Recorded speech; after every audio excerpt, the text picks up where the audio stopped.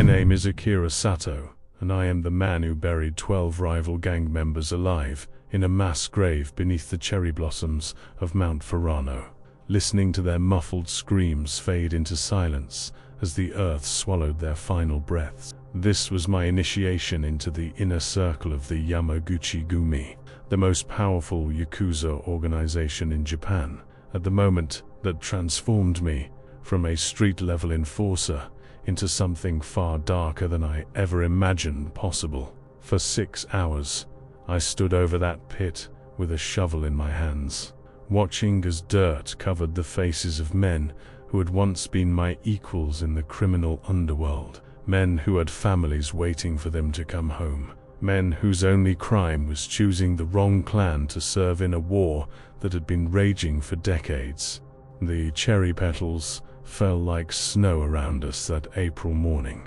creating a beautiful backdrop for an act of such profound evil that it shattered something fundamental in my soul and left me questioning everything I thought I knew about honor, loyalty, and what it truly means to be human. They called it Akazuka, the living burial, an ancient ritual reserved for only the most serious betrayals and territorial disputes. A method of execution so horrifying that even hardened criminals whispered about it in hushed tones. But what they didn't tell me, what I discovered only after the last shovelful of earth had been thrown and the final scream had died away, was that burying someone alive doesn't just kill their body, it buries a piece of your own humanity along with them, leaving you hollow and broken in ways that no amount of power or respect can ever heal. Tonight, 25 years after I climbed down from that mountain, with dirt under my fingernails and blood on my conscience, I am finally ready to tell you the truth about what happens when tradition demands the impossible, and honor becomes indistinguishable from horror. People think they understand what it means to be Yakuza until they're faced with the reality of what our traditions actually demand from those who choose to walk this path. They see the tattoos, the respect, the power that comes with membership in one of Japan's most ancient criminal organizations. But they don't see the price that must be paid in blood and conscience to earn those privileges. I was 26 years old when Oyabon Tanaka summoned me to his private compound in the mountains outside Osaka, where the cherry trees had just begun to bloom and the air was thick with the promise of spring and the weight of impending violence. I had been serving the Yamaguchi-gumi for 8 years by then, working my way up from a street-level debt collector to a trusted enforcer responsible for maintaining order in our territory and dealing with threats to our organization's supremacy. I thought I understood what loyalty meant, thought I had proven my dedication through countless acts of violence and intimidation that had earned me the respect of my brothers and the fear of our enemies. But as I knelt before the Oyabon in his traditional tatami room, surrounded by the organization's most senior members, I realized that everything I had done before was merely preparation for this moment, the test that would determine whether I was truly worthy of the inner circle or just another disposable soldier in an endless war for control of Japan's criminal underworld. The Oyabon spoke in the formal language of our ancestors, his voice carrying the weight of centuries of tradition as he explained that our organization was facing its greatest threat in decades. A coalition of rival clans had united against us, challenging our authority and threatening to destroy everything our predecessors had built through generations of sacrifice and bloodshed. The time had come for decisive action, for a demonstration of power so absolute and terrifying that it would crush our enemies' will to resist and restore the natural order that had been disrupted by their rebellion. The mission Oyabon Tanaka described was both an honor and a curse that would define the rest of my existence in ways I couldn't possibly comprehend at the time. 12 members of the rival coalition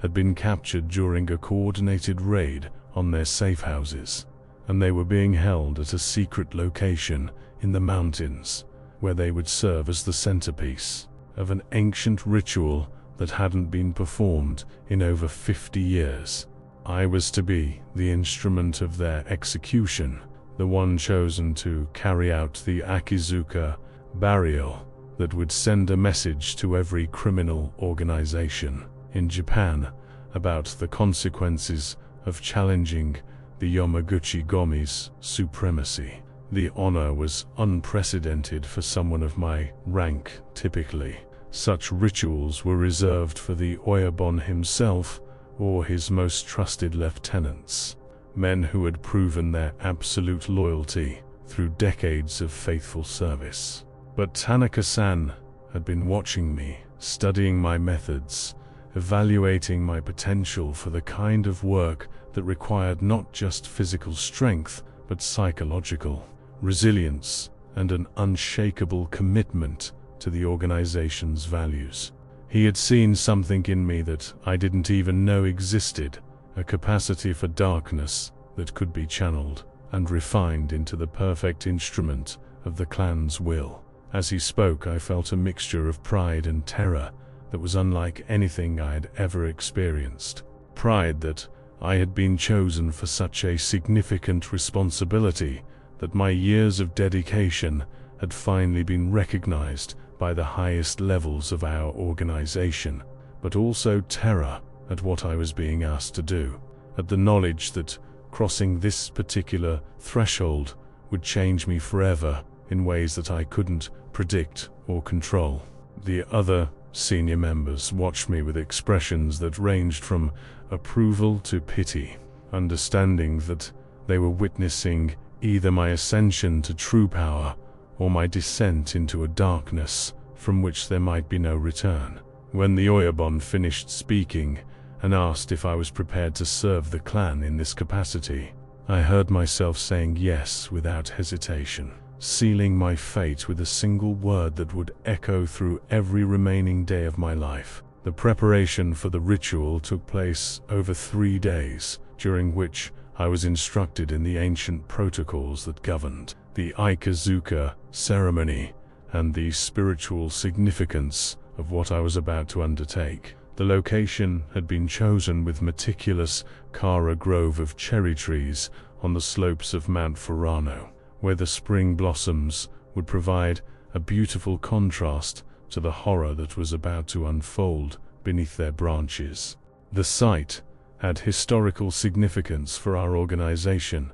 having been used for similar rituals during the Meiji era, when the Yakuza first began to consolidate their power and establish the codes of conduct that still governed our behavior more than a century later. An elderly priest, one of the few remaining practitioners of the old ways, arrived to perform the purification ceremonies that would sanctify the ground and ensure that the spirits of the dead would not return to haunt those responsible for their deaths. He moved through the grove with deliberate precision, chanting in the ancient language and burning incense that filled the air with smoke that seemed to carry the weight of centuries of tradition and violence. I watched these preparations with a growing sense of unreality, as if I were observing someone else's life rather than participating in my own destiny. The 12 prisoners were brought to the site on the morning of the ceremony,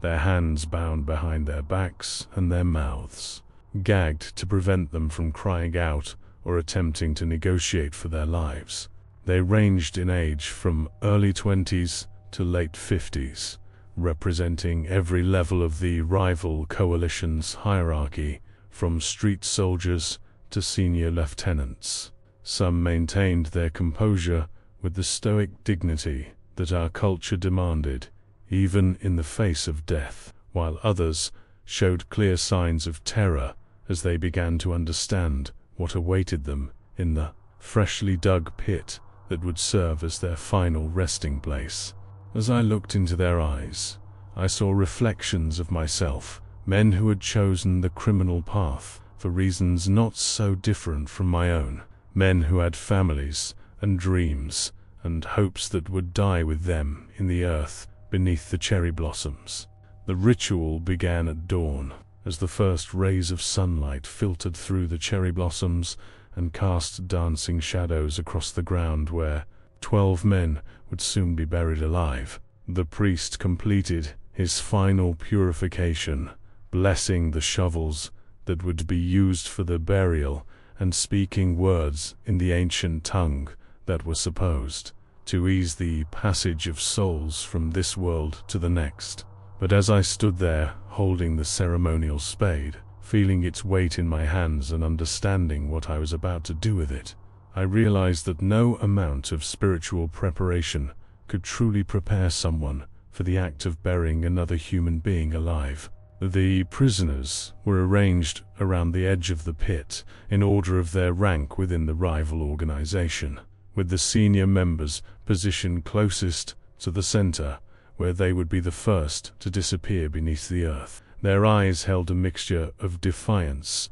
and resignation, the look of men who had lived by violence and understood that they would die by it as well, but who had never imagined that their end would come in such a prolonged and terrifying manner. When Oyabon Tanaka gave the signal to begin, I forced myself to move with the mechanical precision that had served me well in countless other acts of violence, trying to disconnect my emotions from my actions and treat this as just another job that needed to be completed, efficiently and without hesitation. But as I began to shovel dirt onto the first prisoner, a young man who couldn't have been much older than I was when I first joined the organization, I felt something crack inside my chest, like ice breaking under pressure. His muffled screams penetrated the gag that covered his mouth, and his eyes, wide with terror and disbelief, locked onto mine with an intensity that seemed to burn straight through to my soul. In that moment, I understood that I wasn't just burying an enemy of my organization, I was burying a piece of my own humanity, covering it with earth and cherry petals until it suffocated and died along with the man whose life I was ending with each shovelful of dirt. The process of burying 12 men alive took nearly 6 hours, each shovelful of earth a deliberate act that required me to confront the full horror of what I was doing while maintaining the composure expected of a true Yakuza warrior. The cherry blossoms continued to fall throughout the morning, creating a carpet of pink and white petals that mixed with the dark soil and created a surreal beauty that made the scene even more disturbing in its contrast between natural splendor and human cruelty. As the dirt level rose higher and higher, covering first their legs, then their torsos, then their necks, I watched the light fade from their eyes one by one, each death a small apocalypse that diminished something essential in my own spirit. Some of the prisoners fought until the very end, struggling against their bonds and trying to work their way to the surface, even as the weight of the earth made movements increasingly impossible. Others seemed to accept their fate with a resignation that was somehow even more heartbreaking than the desperate struggles of their companions. The senior members of my organization stood in a circle around the burial site, their faces impassive as they witnessed this demonstration of absolute power and unwavering loyalty to the clan's traditions. They had all undergone their own initiations, had all crossed lines that separated them from ordinary criminals and marked them as true inheritors of the Yakuza legacy. But I could see in their eyes that even they were affected by what they were witnessing, that the Yakuza ritual retained its power to shock and horrify even those who had spent their lives immersed in violence and death. When the last prisoner finally stopped moving, when the final muffled scream had been silenced by the earth that filled his mouth and nose, I stood over the completed grave, with dirt under my fingernails and blood on my hands, knowing that I had crossed a threshold from which there could be no return. The cherry blossoms continued to fall, covering the disturbed earth with their delicate petals, and I realized that I would never again be able to see their beauty without remembering the horror that lay buried beneath them.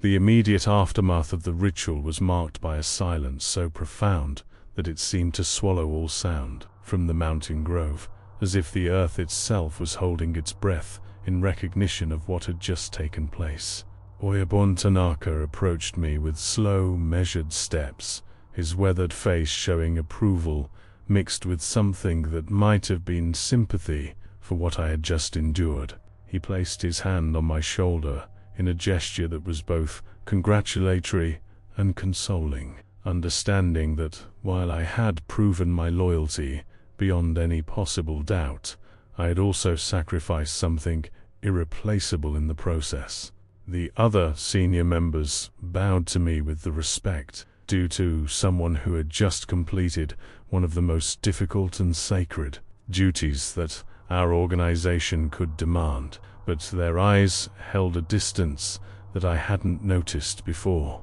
as if they recognized that I had joined them in a brotherhood defined not just by shared purpose, but by shared darkness. We performed the closing ceremonies in the same formal manner that had marked the beginning of the ritual, with the priest offering prayers for the souls of the dead and burning incense to carry their spirits to whatever realm awaited them beyond this world. But even as we went through these motions of spiritual closure, I could feel the weight of what I had done settling into my bones like a poison that would never be fully purged from my system. The drive back to Osaka was conducted in complete silence, each of us lost in our own thoughts about what we had witnessed and participated in. I stared out the window at the passing landscape, watching ordinary people go about their daily lives with no knowledge of the horror that had just taken place in the mountains above their city.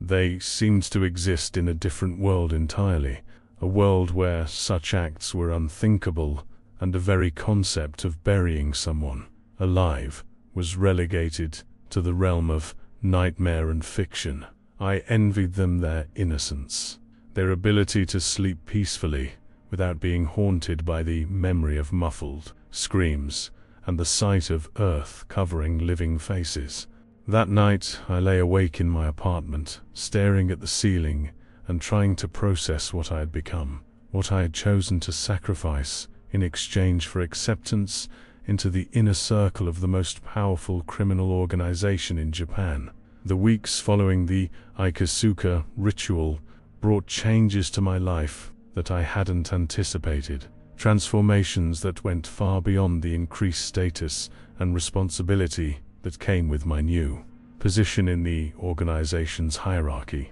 I was given command of my own territory, a lucrative district in downtown Osaka, where I oversaw protection rackets, illegal gambling operations, and the countless other enterprises that generated the wealth that kept our organization functioning. The respect I received from both subordinates and rivals was immediate and absolute. Word of my participation in the burial ceremony had spread through the criminal underworld like wildfire, establishing my reputation as someone capable of the most extreme acts of loyalty and violence. But with this newfound power came an isolation that I hadn't expected, a distance that opened up between me and everyone else in my life, including my fellow Yakuza members who had once been my closest companions. They looked at me differently now, with a mixture of admiration and fear that made normal conversation impossible and genuine friendship a thing of the past. I found myself unable to relate to their concerns about money, territory, or the everyday violence that had once seemed so important to me. Having crossed the ultimate line, having participated in an act of such profound cruelty, I discovered that ordinary criminal activities felt trivial and meaningless by comparison. The nightmares began almost immediately. Vivid dreams where I relived the burial ceremony over and over again, where the faces of the 12 men I had killed rose from the earth to accuse me of crimes that went beyond simple murder into the realm of spiritual violation. I would wake up gasping for air, feeling as if I were the one being buried alive, suffocating under the weight of dirt and cherry blossoms and the accumulated guilt of what I had done. Sleep became elusive, and when it did come, it brought no rest, only a continuation of the horror that had become the defining experience of my existence. I started drinking heavily, using alcohol to numb the pain that had become my constant companion. But even in my darkest moments of intoxication, I could never fully escape the memory of those muffled screams or the sight of terror in dying eyes. 6 months after the burial ceremony, I received news that would shatter what remained of my psychological stability and force me to confront the true cost of my initiation into the Yakuza's inner circle. A private investigator, hired by the families of the missing men, had been asking questions about their disappearance and following leads that were bringing him dangerously close to the truth about what had happened on Mount Furano. Among the 12 men I had buried alive was Kenji Nakamura, a 34-year-old father of 2 young children who had joined the rival organization not out of ambition or greed, but out of desperation to provide for his family after losing his legitimate job in the economic downturn that had devastated Japan's working class. His wife, Yuki, had been searching for him tirelessly, posting flyers around the city, contacting police, and eventually hiring the investigator when official channels failed to produce any results. When I saw her photograph in the file that was passed to me by our intelligence network, I felt a physical pain in my chest that was unlike anything I had experienced since the day of the burial itself. She was beautiful in the way that ordinary people are beautiful, not glamorous or striking, but possessed of a gentle dignity that spoke of love and loss and an unshakable determination to find the truth about her husband's fate. Her children, a boy of 8 and a girl of 6, looked out from their school photographs with the innocent eyes of young people who still believed that their father would come home someday, that the world was fundamentally just, and that good things happened to good people. Looking at their faces, I realized that I hadn't just buried 12 criminals in that mountain grove. I had buried fathers and sons and brothers, men whose deaths would create ripples of pain and loss that would spread through countless other lives like stones thrown into still water. The weight of this understanding was crushing, a burden that made it difficult to breathe and impossible to find any peace or satisfaction in the power and respect that my actions had earned me within the organization. The decision to meet Yuki Nakamura face to face was perhaps the most reckless and self-destructive choice I had made since agreeing to participate in the burial ceremony, but it was also the only way I could think of to begin atoning for what I had done to her family. I arranged the meeting through intermediaries, presenting myself as someone who might have information about her husband's disappearance, someone who had connections in the criminal underworld that could help her find the answers she was seeking. We met in a small cafe in a quiet neighborhood, far from my usual territory, a place where the afternoon light filtered through lace curtains and created an atmosphere of domestic tranquility that felt like a rebuke to everything I had become. She arrived precisely on time, dressed simply but carefully, her face showing the strain of months of searching and sleepless nights, but also a determination that reminded me of the samurai warriors whose code of honor had supposedly inspired the Yakuza traditions I had sworn to uphold. When she spoke about her husband, her voice carried a love so pure and uncomplicated that it made me understand how far I'd fallen from anything resembling basic human decency. She told me about their life together, about his struggles to find work and provide for their family, about the desperation that had driven him to seek employment with people he knew were dangerous, but who offered the only opportunity he could find to earn enough money to keep his children fed and housed. She described the morning he had left for what he thought would be a routine meeting with his new associates, how he had kissed her goodbye and promised to be home in time for dinner, how she had waited up all night for a return that would never come. As she spoke, I found myself fighting back tears,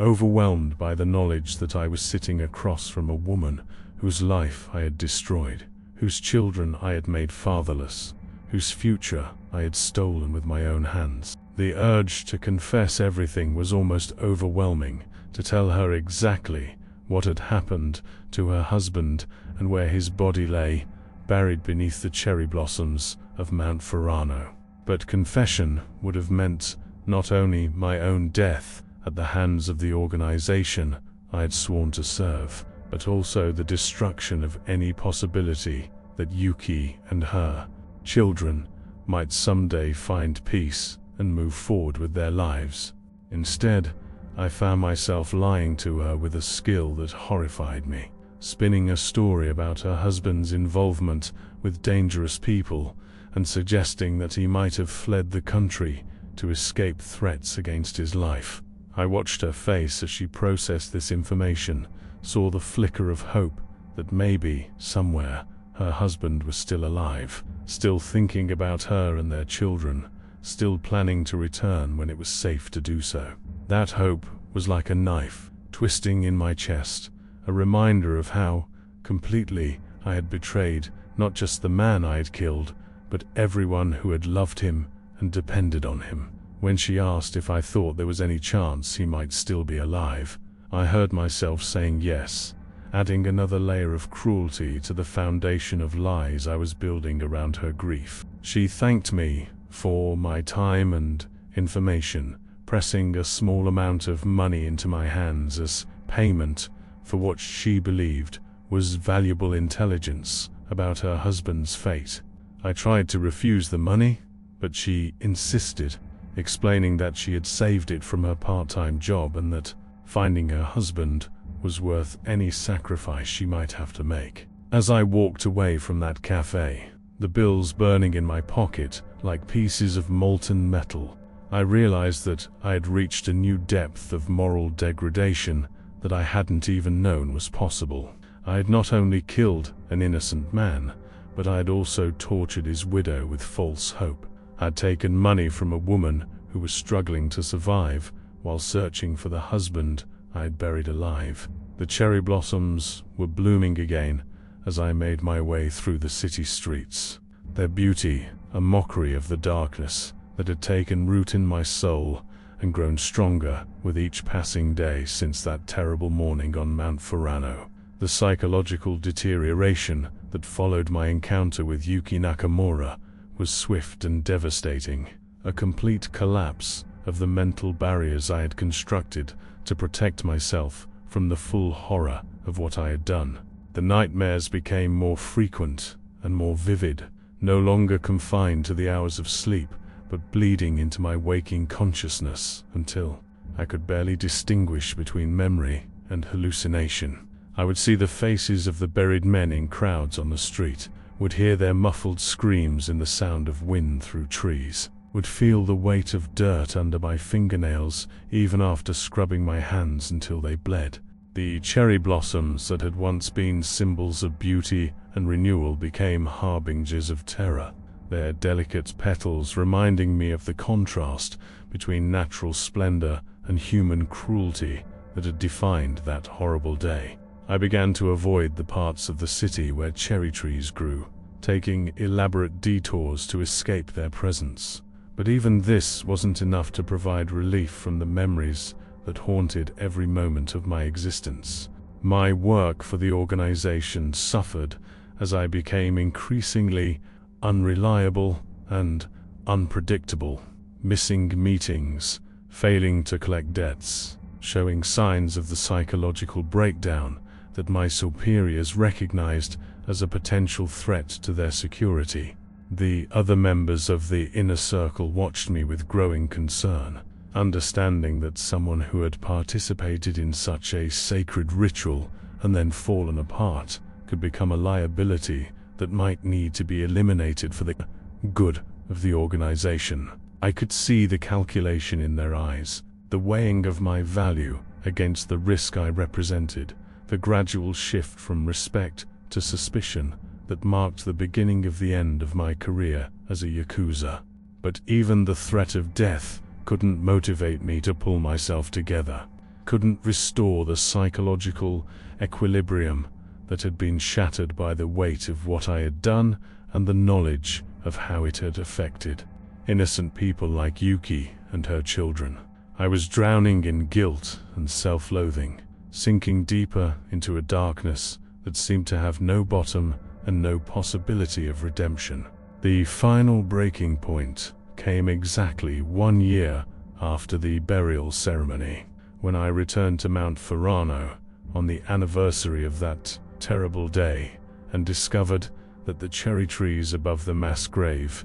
had grown more beautiful than ever before. Their blossoms were fuller, their colors more vibrant, their fragrance more intoxicating, as if they had been nourished by the decomposing bodies of the 12 men I had buried beneath their roots. The sight of this obscene beauty, this transformation of death into something that others would admire and celebrate, was more than my fractured psyche could bear. I fell to my knees on the disturbed earth that had settled over the grave, my body racked with sobs that seemed to come from the deepest part of my soul, and for the first time since the burial, I allowed myself to feel the full weight of what I had done. I spoke to the dead men, apologizing for what I had taken from them and from their families, begging for forgiveness that I knew would never come, promising to find some way to make amends for crimes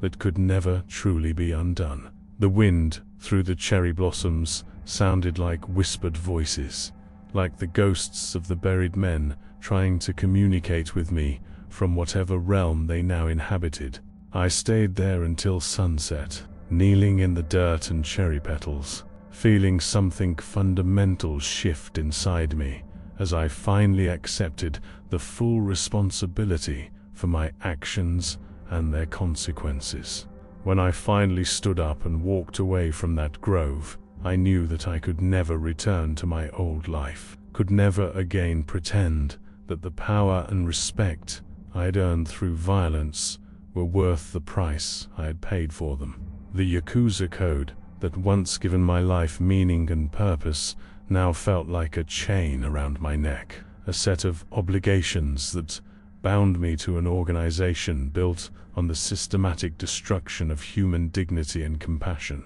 I had to find a way out, had to discover some path toward redemption that didn't require me to continue participating in the cycle of violence that had already claimed too many innocent lives. But leaving the Yakuza was not like quitting a job, was like trying to escape from a prison where the guards were your brothers and the walls were made of shared secrets and mutual complicity in unspeakable acts. The process of extricating myself from the Yamaguchi Gomi took 3 years of careful planning and gradual withdrawal from the organization's activities, a delicate dance that required me to appear loyal while secretly preparing for a life outside the criminal underworld. I began by delegating more and more of my responsibilities to trusted subordinates, claiming that I was focusing on larger strategic issues that required my full attention.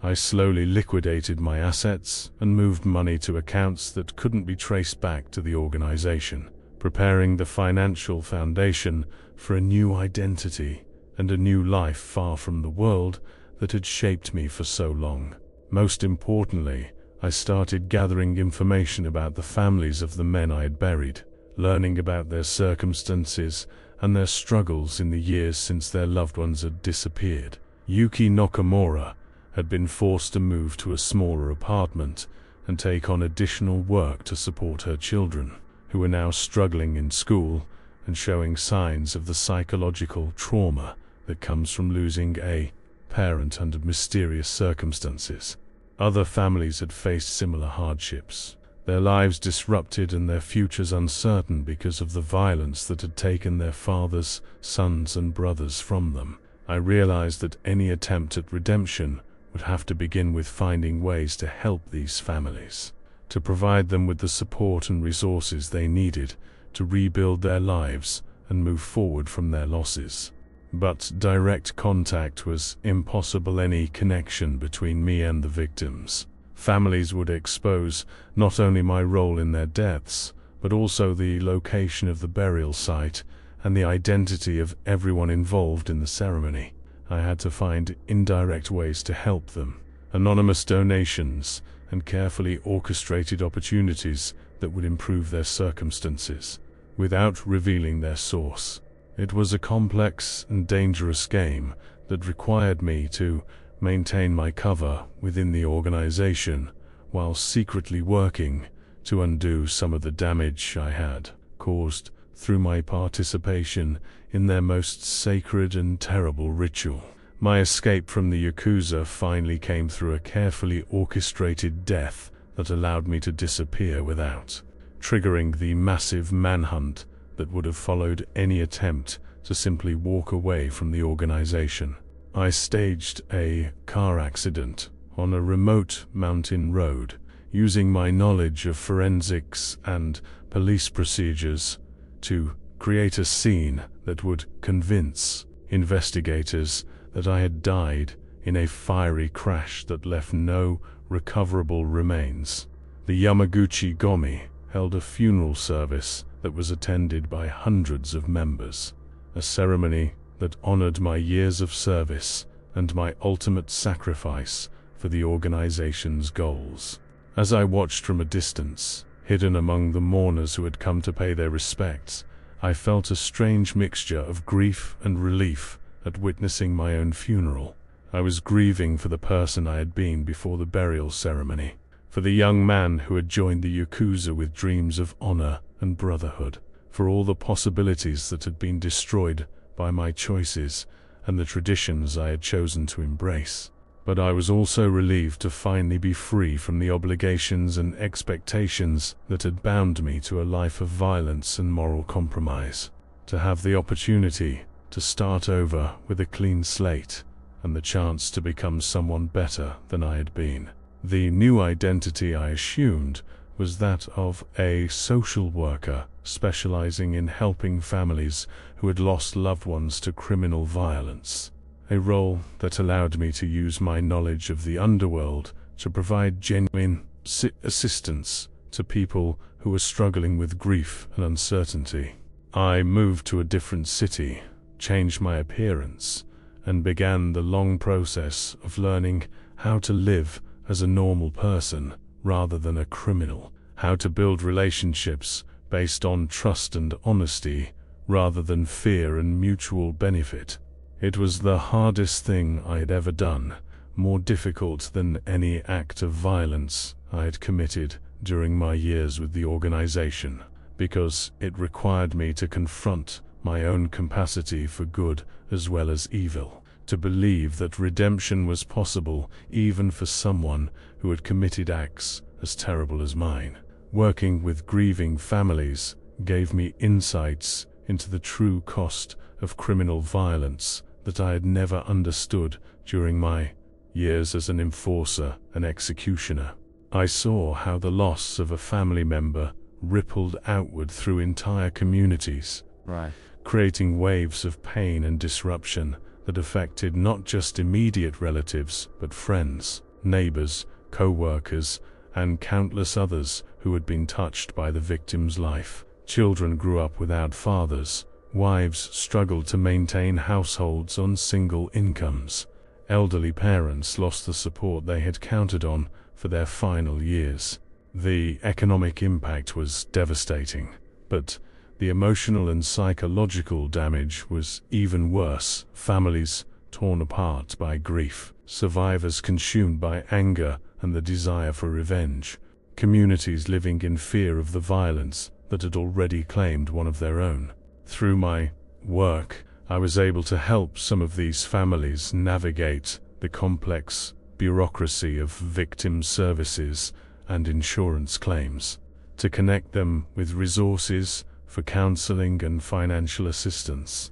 to provide them with the kind of practical support that could make the difference between survival and complete collapse. But even as I helped them, I was constantly aware that I was also the cause of similar suffering for the families of the men I had buried alive, that my attempts at redemption were built on a foundation of unacknowledged guilt and unpaid debts to people who would never know that their benefactor was also their tormentor. The irony was crushing. I had become an expert at helping people cope with the kind of loss I had inflicted on others, had developed skills and knowledge that allowed me to ease suffering that I had caused through my own actions. Every family I helped was a reminder of the families I had destroyed. Every success in my new career, a bitter acknowledgement of the failures and cruelties of my past.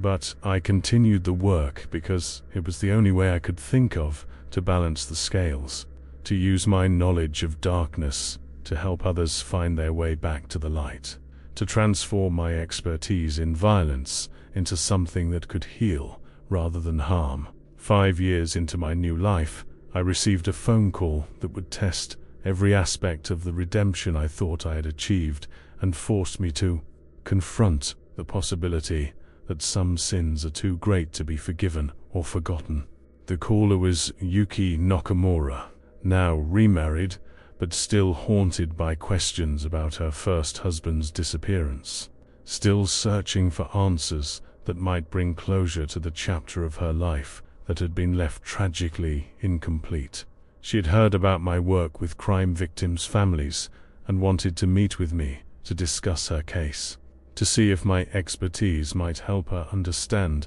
what had happened to Kenji and where his remains might be found. The request hit me like a physical blow, a reminder that the past could never be completely escaped and that the people I had wronged would continue to seek justice long after I had convinced myself that I had moved beyond the reach of my crimes. I agreed to meet with her, knowing that it was both the most dangerous and the most necessary thing I could do, a chance to finally face the consequences of my actions and perhaps find a way to provide her with the closure she had been seeking for so many years. When she walked into my office, I was struck by how much she had changed since our first meeting in that cafe years earlier. The desperate hope that had once animated her features had been replaced by a quieter determination, a resigned acceptance that her husband was probably dead, but a continued need to know the truth about his fate.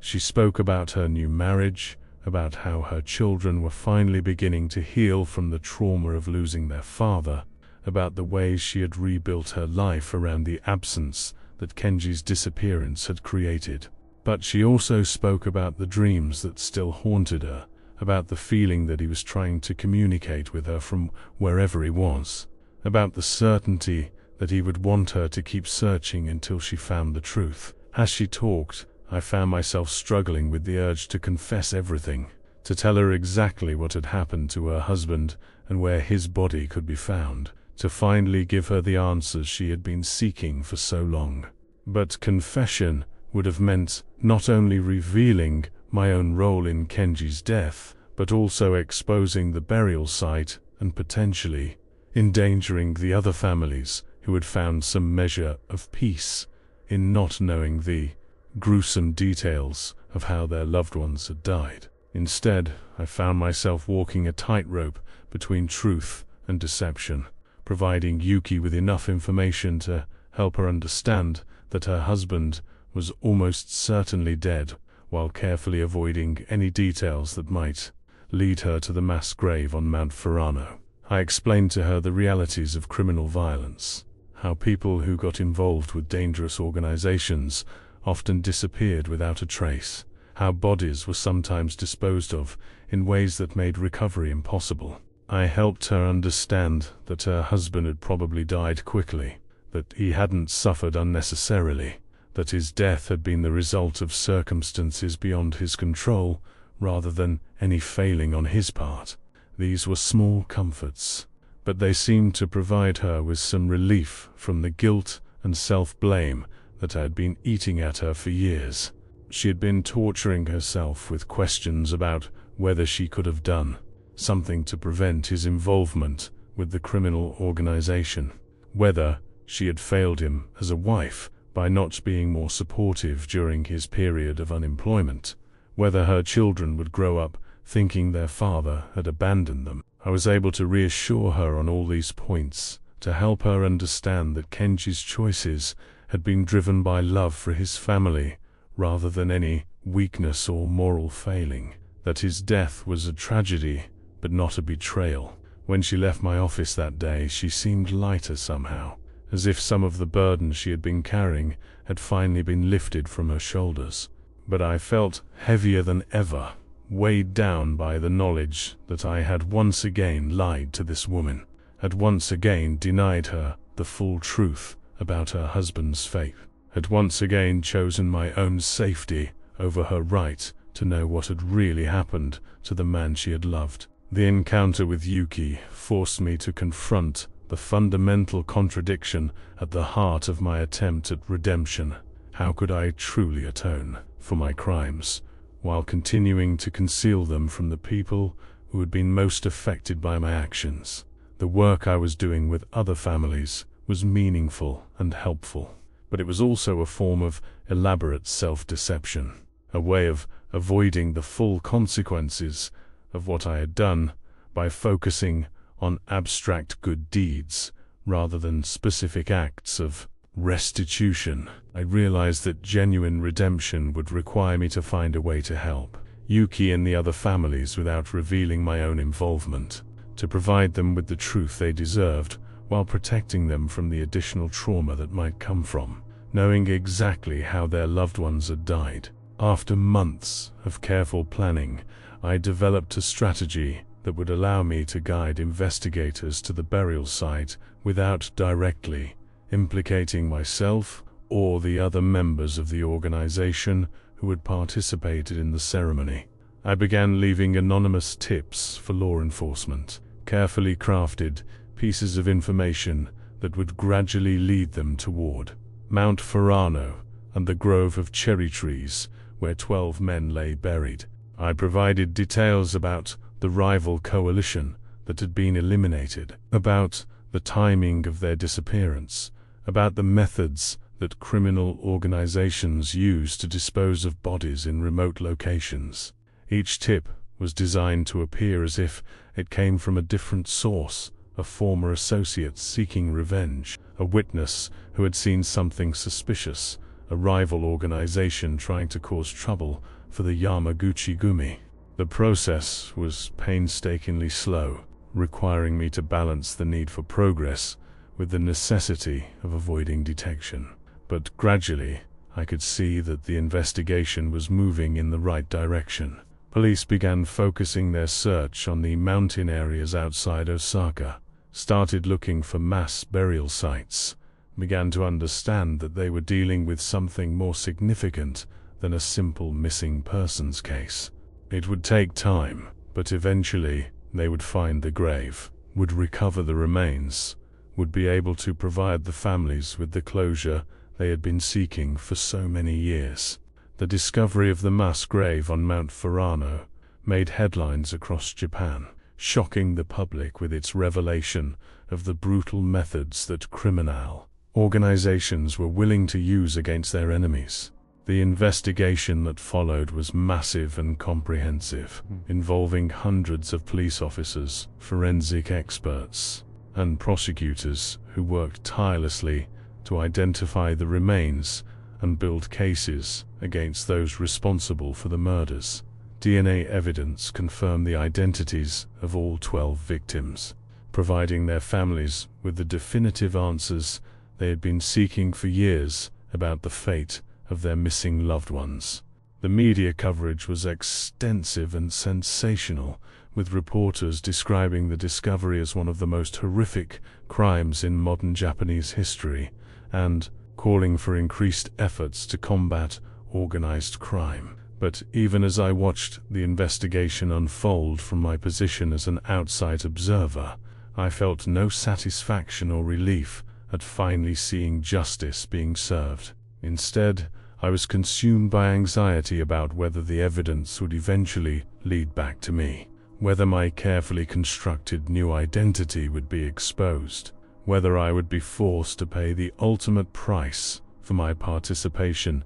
in the burial ceremony. The Yamaguchi-gumi responded to the investigation with their usual combination of denial and intimidation, claiming that they had no knowledge of the murders and threatening anyone who might be considering cooperation with law enforcement. Several low-level members were arrested and charged, but the senior leadership remained untouched, protected by the same code of silence that had allowed them to operate with impunity for decades. I knew that if my role in the ceremony was ever discovered, I would face not only criminal prosecution, but also certain death at the hands of my former colleagues, who would view my survival and potential testimony as an unacceptable threat to their security. The stress of living under this constant threat began to take its toll on my health and my ability to function in my new role as a social worker. I found myself becoming paranoid and isolated, unable to form close relationships or trust anyone with the truth about my past, constantly looking over my shoulder for signs that my cover had been blown. The funerals for the 12 victims were held over the course of several weeks, each ceremony a reminder of the lives that had been cut short and the families that had been forever changed by the violence I had participated in. I attended several of these services, standing in the back among the crowds of mourners, watching as wives and children and parents said their final goodbyes to men whose bodies had finally been returned to them after years of uncertainty and hope. Kenji Nakamura's funeral was particularly difficult for me to witness, seeing Yuki and her children, now teenagers, who barely remembered their father, standing beside his casket,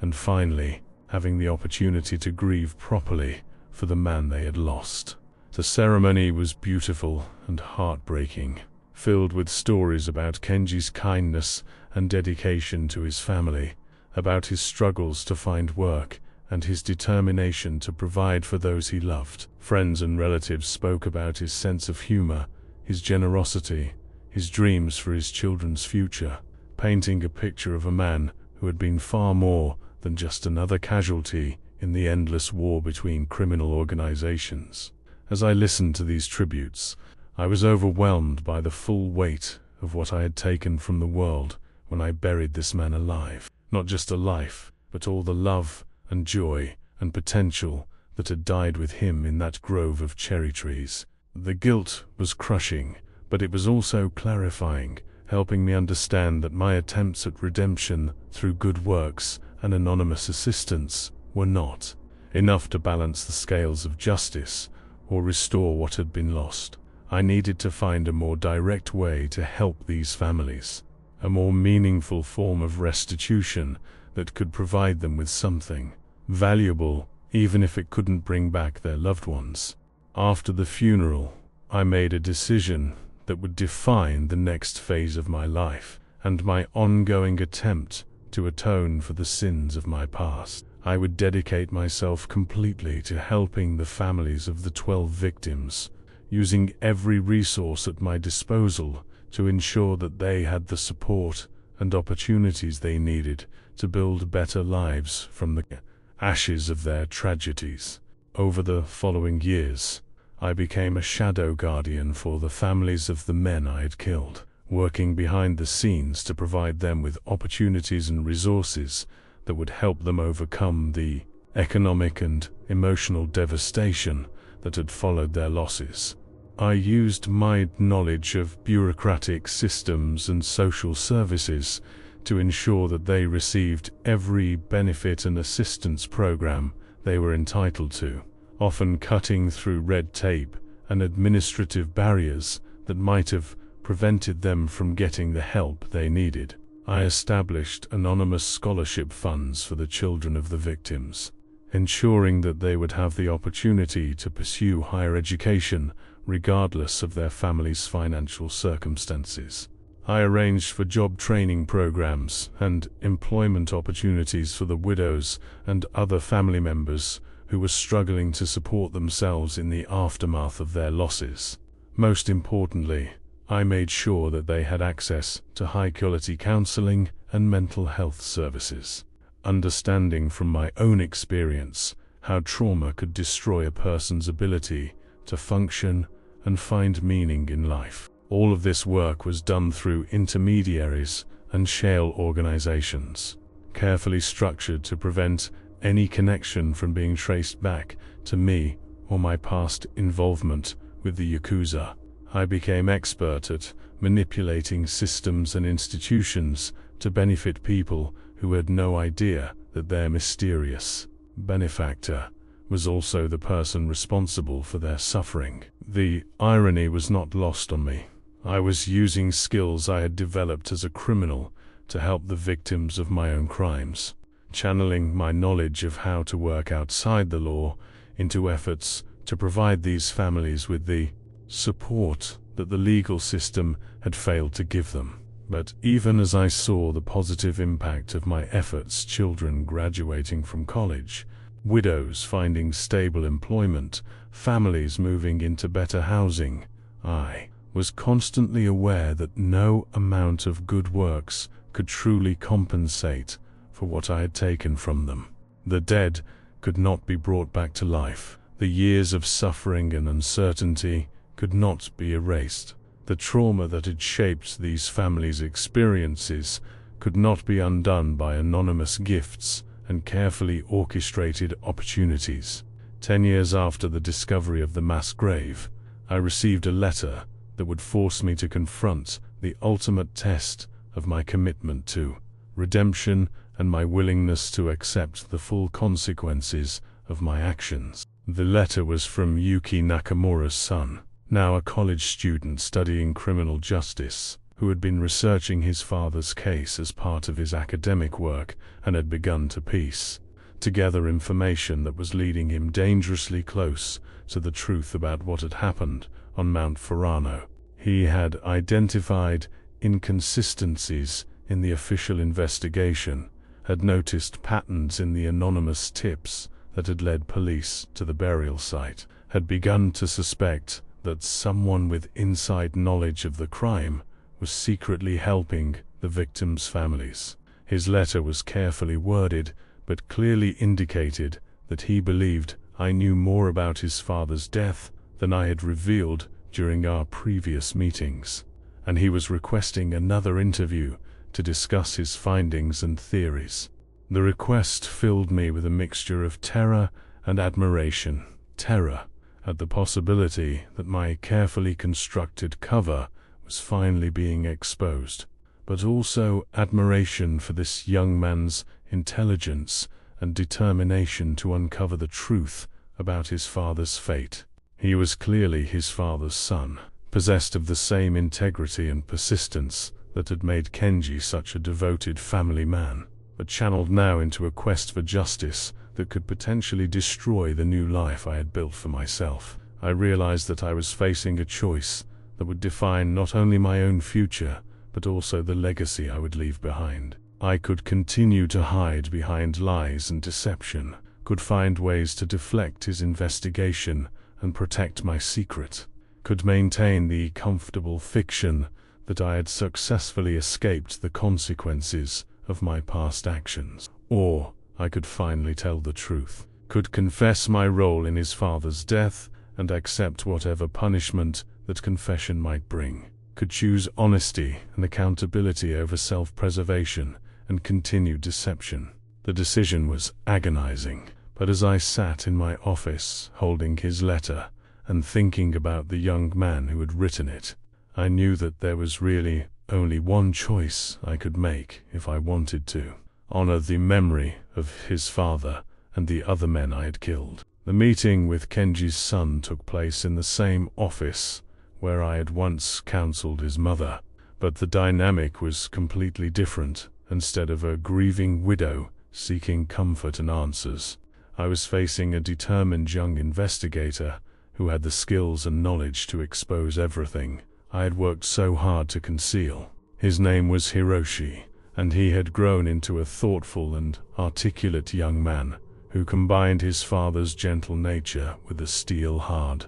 determination to see justice done for the crimes that had destroyed his family. He presented his evidence methodically, showing me how he had traced the anonymous tips back to their sources, how he had identified the patterns that suggested inside knowledge, how he had connected the mysterious assistance his family had received over the years to someone with detailed knowledge of their circumstances and needs. His analysis was brilliant and thorough, demonstrating an understanding of criminal investigation techniques that would have impressed even experienced detectives. As he spoke, I found myself filled with pride at what this young man had accomplished, even as I realized that his success meant the end of the life I had built for myself over the past decade.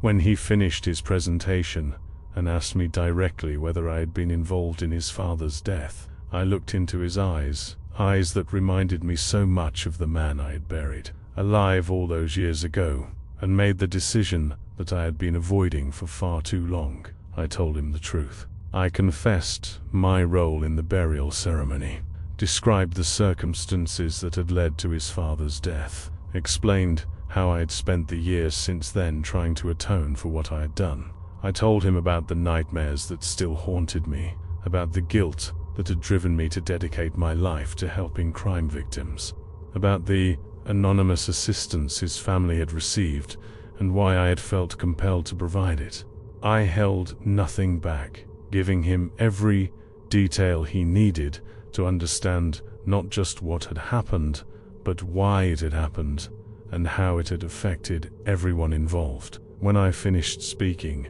the office was silent except for the sound of his quiet breathing as he processed what I had just told him. Hiroshi's reaction to my confession was not what I had expected. Instead of anger or demands for immediate justice, he sat quietly for several minutes, his face showing a complex mixture of emotions that seemed to cycle through shock, grief, understanding, and something that might have been relief. When he finally spoke, his voice was steady but filled with pain as he told me that he had suspected something like this for months, that the evidence had been pointing towards someone with intimate knowledge of the crime, but that he had hoped he was wrong about my involvement. He said that learning the truth was both devastating and liberating. Devastating because it confirmed that his father had died in the most horrible way imaginable, but liberating because it finally provided answers to questions that had haunted his family for years. He asked me about the details of the burial ceremony, about his father's final moments, about whether he had suffered unnecessarily, and I answered every question with complete honesty, no matter how painful the truth might be for both of us. I told him that his father had shown courage and dignity even in the face of death, that he had not begged or pleaded, but had faced his fate with the quiet strength that had characterized his entire life. I explained that the burial had been quick by the standards of such rituals, that his father had lost consciousness relatively early in the process and had not endured prolonged suffering. These were small comforts, but they seemed to provide Hiroshi with some measure of peace about his father's final hours. When he asked why I had chosen to help his family anonymously,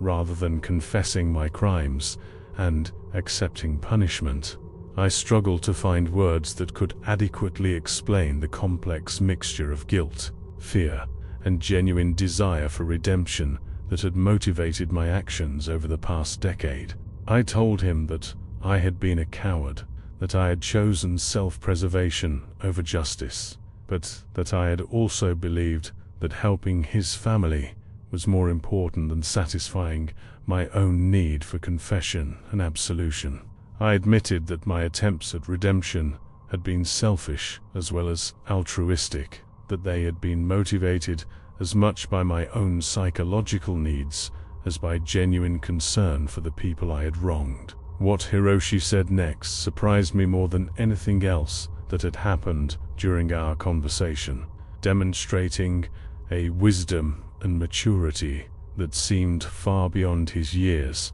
and revealing the kind of man his father's influence had helped him become. He told me that he didn't want me to go to prison, that he didn't believe my punishment would bring his father back or provide his family with anything they truly needed. Instead, he wanted me to continue the work I had been doing, to keep helping crime victims and their families, to use my knowledge and resources to prevent other people from experiencing the kind of loss and trauma that had defined his childhood. He said that his father had been a man who believed in redemption and second chances, who had always taught his children that people could change and grow beyond their worst mistakes if they were willing to accept responsibility and work to make amends. He believed that my years of anonymous assistance had demonstrated genuine remorse and a commitment to making things right, and that destroying my new life would serve no constructive purpose for anyone involved. But he also made it clear that his forgiveness came with conditions. I would have to continue helping not just his family, but all the families of the 12 victims. I would have to expand my work to help other crime victims who had no connection to my past actions, and I would have to find ways to honor his father's memory and the memories of the other men who had died in that grove of cherry trees. Most importantly, he wanted me to tell my story, to share the truth about what had happened and how it had affected everyone involved, to use my experience as a warning to others who might be tempted to follow the same path of violence and moral compromise that had led me to become a killer. He believed that my story could serve a greater purpose than my punishment, that it could help people understand the true cost of criminal violence and the possibility of redemption, even for those who had committed the most terrible acts. The agreement I made with Hiroshi that day became the foundation for the next phase of my life, a commitment to transparency and service that would define my remaining years and give new meaning to my attempts at redemption. I began speaking publicly about my experiences, sharing my story with law enforcement agencies, social service organizations, and community groups that were working to combat criminal violence and help its victims. The response was mixed. Some people were horrified by what I had done and questioned whether someone with my history could ever truly be trusted or redeemed, while others were moved by my honesty and the work I had done to help the families of my victims. I faced death threats from former Yakuza associates who viewed my public confession as a betrayal of the code of silence that had protected our organization for generations. But I also received letters of support from crime victims and their families, who found hope in my story of transformation and redemption. The work was emotionally exhausting, requiring me to relive the most traumatic experiences of my life over and over again. But it was also deeply meaningful in ways that my anonymous assistance had never been. I was finally able to speak openly about my guilt and remorse, to acknowledge the full extent of the damage I had caused, to accept responsibility for my actions without hiding behind lies or self-serving justifications. More importantly, I was able to use my experience to help other people understand the psychological and social factors that led ordinary individuals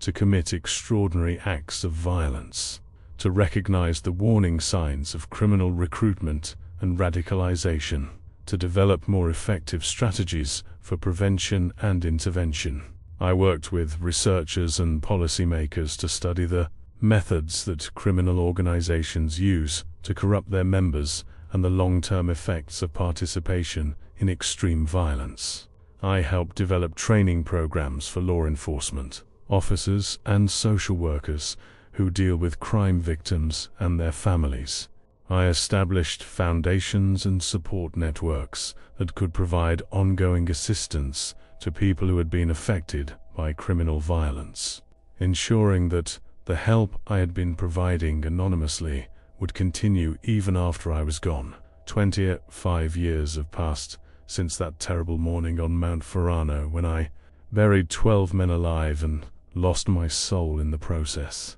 And I am now an old man who has spent more years trying to atone for his crimes than he spent committing them. The nightmares still come, though less frequently than they once did, and I still cannot look at cherry blossoms without remembering the contrast between their beauty and the horror that lay buried beneath them. But I have also learned to live with my guilt in ways that allow me to function and contribute to the world, rather than simply wallowing in self-pity and despair. The work I do now, helping crime victims, speaking about the dangers of criminal involvement, supporting families who have lost loved ones to violence, will never fully balance the scales of justice or restore what I took from the world when I participated in that ancient ritual of death. But it represents the best attempt at redemption that someone like me can make. The only path forward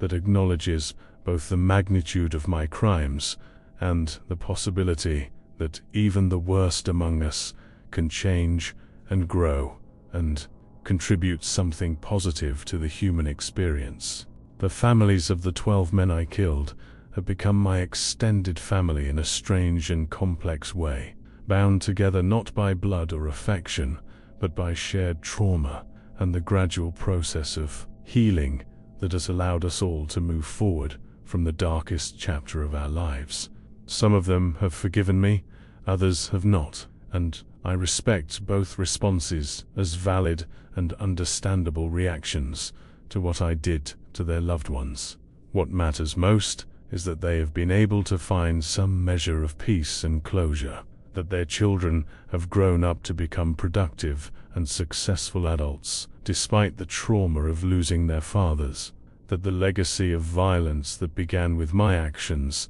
has been transformed into something that serves life rather than death. If my story has any value, it lies not in the dramatic details of the crimes I committed, but in the demonstration that redemption is possible, even for those who have crossed the most fundamental moral boundaries, that the human capacity for change and growth can overcome even the darkest chapters of our past if we are willing to accept responsibility and work tirelessly to make amends. I know that many of you listening to this story will struggle to understand how someone who committed such heinous acts can claim to have found redemption, how someone who buried 12 innocent men alive can stand before you and speak about hope and transformation, and the possibility of making amends for unforgivable crimes. The answer is not simple,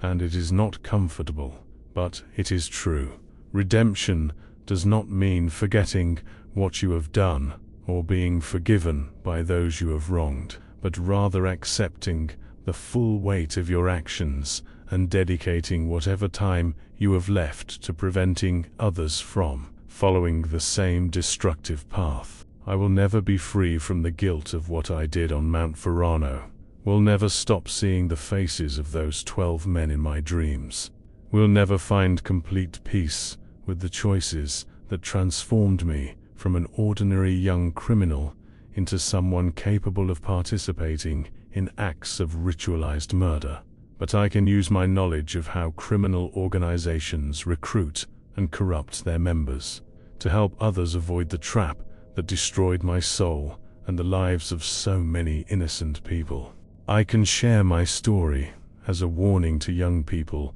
who are being offered the same promises of power and belonging that once seemed so appealing to me. I can work with families and communities to create the kind of support systems that might have prevented my own descent into darkness, if they had existed when I was young and vulnerable to the seductive promises of criminal brotherhood. The work I do now does not erase the crimes I committed or restore the lives I destroyed, but it represents the only form of redemption available to someone who has traveled as far into moral darkness as I did. Every young person I help to avoid criminal involvement, every family I assist in dealing with the aftermath of violence, every community I educate about the true nature of organized crime. These small victories represent my attempts to balance scales that will never be truly balanced, but can perhaps be moved slightly in the direction of justice and healing. If this story has moved you, if it has made you think about the choices you make in your own life and the paths you choose to follow, then I ask you to do something that might seem simple, but is actually one of the most important things you can do. Share this story with others who need to hear it. Hit that subscribe button right now, because stories like this need to reach the people who are most vulnerable to the kind of recruitment that destroyed my life and the lives of so many others. Give this video a like if you believe that redemption is possible, even for those who have committed the most terrible acts. If you understand that the capacity for both good and evil exists within all of us. If you think that sharing these dark truths might prevent others from making the same catastrophic mistakes that I made. But most importantly, leave a comment below telling me what you think about this story, whether you believe someone like me can ever truly make amends for the lives I destroyed, whether you think my attempts at redemption are genuine or just another form of self-serving manipulation. I want to hear from you, want to know how this story has affected your understanding of crime and punishments, forgiveness and responsibility, the possibility of change and growth even in the face of unforgivable acts. Don't stay silent. Your voice matters. Your perspective is valuable. Your willingness to engage with difficult truths is what makes us human. Share your own experiences with moral choices, with moments when you had to decide between loyalty and conscience, with times when you realized that the path you were on was leading somewhere you didn't want to go. Together, we can build a community of people who refuse to accept that young people have no choice but to join criminal organizations, who insist on providing alternatives to the power and belonging that these groups offer, who understand that prevention is always better than punishment when it comes to protecting our society from the kind of violence I helped to perpetuate. The 12 men I buried beneath those cherry blossoms will never get the chance to tell their stories, will never be able to warn others about the dangers they faced, will never see their families again because of my actions and the twisted traditions I chose to embrace. But their deaths can still serve a purpose if this story prevents even one person from following the path that led me to become their killer. Make their sacrifice mean something. Help me ensure that no one else has to learn these lessons the way I did.